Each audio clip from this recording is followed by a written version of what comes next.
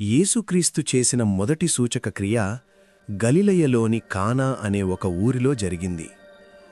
ఆ ఊరిలో ఒక వివాహం జరుగుతుండగా యేసుప్రభు తల్లి అయిన మరియ ఆ పెళ్లిని చూడడానికి వచ్చారు. అలాగే యేసు కూడా తన శిష్యులతో ఆ పెళ్లికి విచ్చేశారు. అక్కడ గొప్ప విందు జరుగుతోంది. ఆ సమయంలో ద్రాక్షారసం అయిపోయింది. యూదుల ఆచారం ప్రకారం విందుకు వచ్చిన వారికి వారు తాగినంత ద్రాక్షారసం ఇవ్వాలి. ఒకవేళ ద్రాక్షారసం అయిపోతే అది విందు ఏర్పాటు చేసిన వారికి అవమానంగా భావిస్తారు.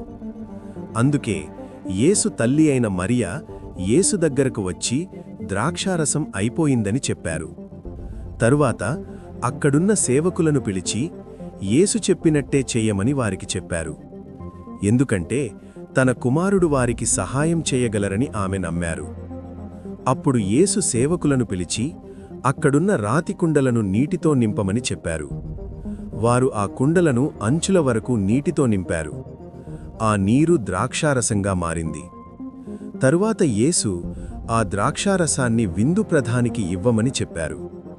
విందు ప్రధానుడు ద్రాక్షారసం రుచి చూసి చాలా ఆశ్చర్యపోయాడు. వెంటనే పెళ్లికుమారుడిని పిలిచి, అందరూ ముందుగా మంచి ద్రాక్షారసమిస్తారు, తరువాత తక్కువ దాన్నిస్తారు, కాని నువ్వైతే చివరి వరకు కూడా మంచి ద్రాక్షారసమే ఇచ్చావు అని చెప్పాడు. ఆ ద్రాక్షారసం ఎక్కడి నుంచి వచ్చిందో పనివారికి తప్ప పెళ్లికుమారుడికి కూడా తెలియదు. ఈ విధంగా గలిలయలోని కానాలో యేసుక్రీస్తు తన మొదటి సూచక క్రియ చేసి తన మహిమను చూపించారు.